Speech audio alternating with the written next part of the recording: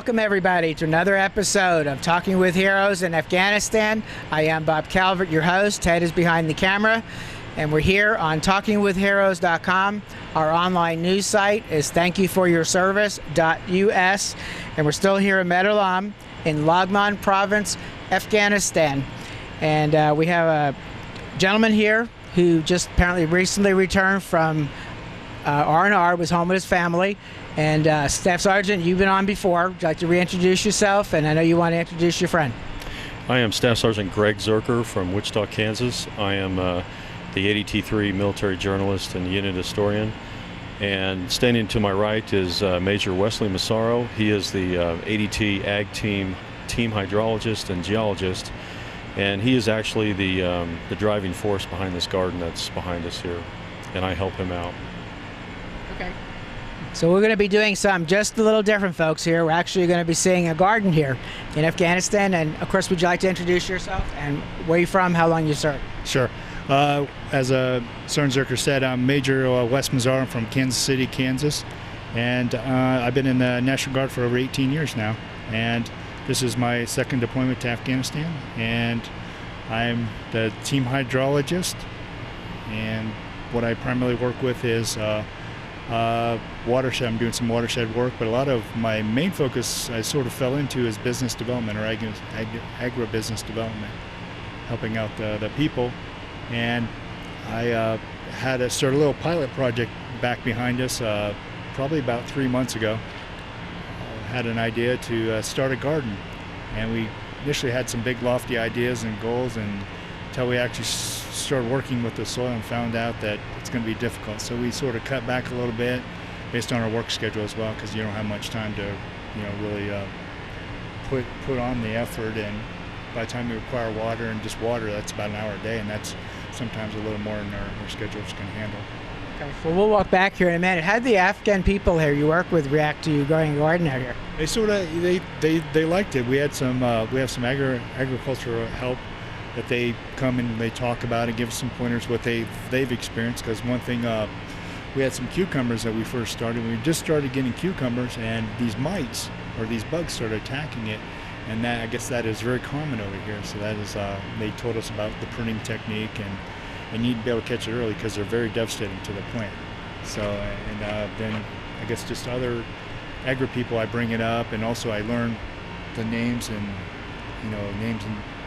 the different vegetables, and I can incorporate that in my talks with them, and that earns me some credibility. I think I'm learning the language and also understanding and conversing back and forth in the language, so it's helpful in our dialogues. Well, why don't let me hold mine, okay. And let's walk back here. Very good. And just kind of explain what we're seeing here for the people back home. Yeah, and one of the things, I don't know if most people, it's about 120 degrees on a nice day here, so we had a lot of problems with heat stress, and also our main water source went out on us about 3 weeks ago. So we battled. It took about a week for us to find an alternative water source. What do we have here? Right here we have a combination of some cucumbers, and this plant is one of the newer plants that we just started. And over here we have a watermelon. Watermelon plant sneaking in with one of our squash plants. So they look real healthy. They're doing okay based on the quality of soil. You can feel how hard the soil is. There's very little organic matter or nutrient value in the soil. So we've been battling that. What about on the other side? On the other side we have some more squash and some more cucumber. We had started a couple different varieties just to see what would work and what didn't work. We got seed from some of the local vendors, and also some of our some of my Afghan friends. We've been getting some seed from them. Here in the middle we have some tomatoes. I did start these based on the Afghan schedule about 2 months early, and you can see that there have been the last couple weeks they've been really battling with the heat stress, a lot of heat stress on them, but we're still getting a little bit of flower on, so hopefully we'll still get some tomatoes from them. So you have water bottles attached to a piece of wood. What's right. That was just another idea to add a little bit more water, because the soil, it'll the water soaks in really quick, and it doesn't hold the water; it just goes right through. So what I did is it added these water bottles, and that gives another half hour to hour of water, watering the plant. So we fill that up. Typically, the way we fill up is we'll fill up this base. We mounted up soil around there, fill it up, and that'll bring it up to a low level. You can see it'll probably within 5 or 10 minutes it'll be all gone and it'll start drying out. And if we add water to the water bottle, we'll get another hour of water, on contact on the plant. So this is amazing. You're growing these plants out here because the ground is just hard as can be. It is. It's almost like concrete. Yeah. When we first came through, we picked rocks about 3 or 4 times. You can still see there's rocks coming out. It was just amazing. I mean, I bet we had close to 20 wheelbarrow fulls of rocks that we actually pulled out, and we did some sifting of the soil just to be able to make it workable. So you got corn back here, is that right? Yep, this is some sweet corn. And so it looks like we got some tasseling and some ears coming off, but once again you can see that a lot of heat stress and probably we have a little bit of fertilizer. It looks like we haven't fertilized probably for over a month, so I'll probably have to hit it with some fertilizer and just a little more maintenance on it. But slowly, and right here we have some green beans. We've done a little bit of trellising, and this is one of the examples we wanted to show Afghans as a potential way to trellis up beans or even cucumbers. What's on the other side there? Other side we have some more squash. Okay. And which is was it the drone? Staff sergeant back here in water. And to the back, this is one of the first crops we put in. So they've been up for 90 plus days, and they were pretty much ravaged by a mite. And you can see a lot of the bottom leaves we had to clip off because basically we were told to clip off the bad parts, and then they will come out. And we did have a few more cucumbers come off or be able to produce, but still, like I said, they were really stressed by it. So the water in the bottle, is it coming out the bottom slowly? Or is it just? It depends on the bottle. I'm curious how the water gets into the ground.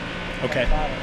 Okay. Yeah. There's a small pinhole at the bottom, and it'll hopefully, looks like a lot of them are actually running pretty quick now. So initially when we timed it was about a half hour to hour extra water on the plant. This is amazing what you did. So do you actually go out and with farmers in the area and help them? Or do they mostly come here? Well, part of it, we're actually do a lot more work with the government, and actually direct contact with farmers, very minimal. We are working with some of the cooperatives, like a nursery cooperative or a vegetable producing cooperatives. We'll work with them, and a lot of it we're not teaching them actually hands-on, how to grow vegetables. They can actually do that. They're at a point where it's marketing, natures of that, packaging, and more business that are become more efficient in actually growing, because what we found is they can grow a very good quality produce with their means, and they've been doing it for 100+ years, and we're see what we did in a few months. So they've got a lot more experience on it, but we just need to actually help them with their marketing and getting them resources, shifting their thinking to more of a cooperative kind of thing where they can actually share, because a lot of them, one of the comments is like, we're poor people. They're poor people singly, but if they're collective, then they have all that experience and potential assets to grow and maybe start a cooperative that maybe features tomatoes, where they can actually grow one type of tomato, do contracts with a producer or a canning facility where they can actually focus on that and drive up increase their standard of living by getting a better price, a fair price, and consistent quality produce. So what you're teaching them is what a lot of American farmers have done over the years, right? Yeah, the more together in cooperatives. right. Yeah, and they will in becoming more efficient. and rather because they're very. I don't know if you've flown over here, you can see that everything that could be something grown on, they're growing on it. It's very. I just flew in today, and I was really surprised on how much green there still is today, and it's all tied in with the rivers. Anything beyond the rivers, though, you're not going to see it because they don't have the luxury of. We have luxury on this particular project. We have wells on the FOB that we can draw water from, but you can see, like I said earlier, 3 weeks ago we have a problem with our main pump that this spigot over here that runs this. We're able to draw water. We're not allowed to utilize that because the pump's not working properly, and we can't. This is not a priority for water usage, so we have to bring in water from somewhere else. You're improvising. Right. Yeah. And so. And it's a similar circumstance where they have, if they want to grow something in another area, they have to move that water somehow, which is, one of the other things I'm working with is canal irrigation projects. So we built some structures to help do that, but we're learning some valuable lessons from that about hardened structures and just the devastation of some of these river valleys. I don't know if you've done any stories in the rivers around here, but you can see these huge boulders. Yeah, that are in the river valley, and you got to figure, what kind of driving force put that boulder there. So, these structures that we're building are not going to withstand forces like that.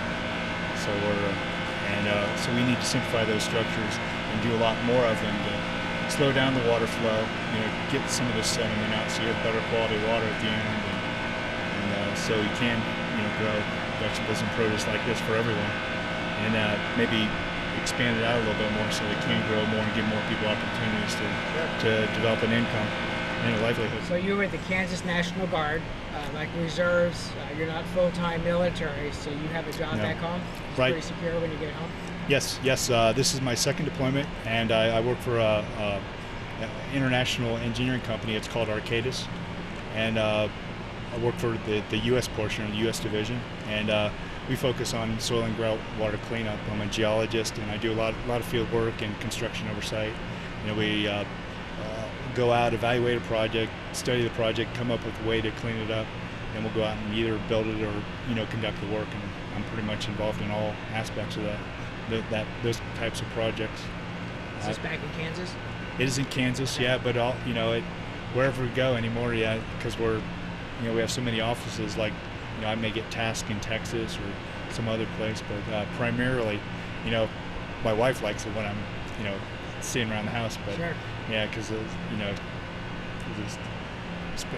this deployment, I spent a long time, a lot of time away from the house. So, well, speaking of your wife, why don't you look at the camera and say hi to some family and friends back home?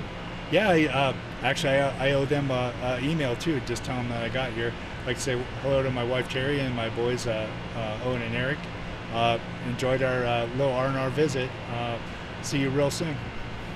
Thank you very much. Thank you for your service to our country. Yeah, thank you. Thank you. Once again, folks, you've been hearing it on TalkingWithHeroes.com from Afghanistan. And I want to thank again Embry-Riddle Aeronautical University for making this trip possible, embryriddle.edu. Mark Leiden with DoThisGetHired.com for introducing me to Embry-Riddle. And we will be back with more from here in Afghanistan on TalkingWithHeroes.com.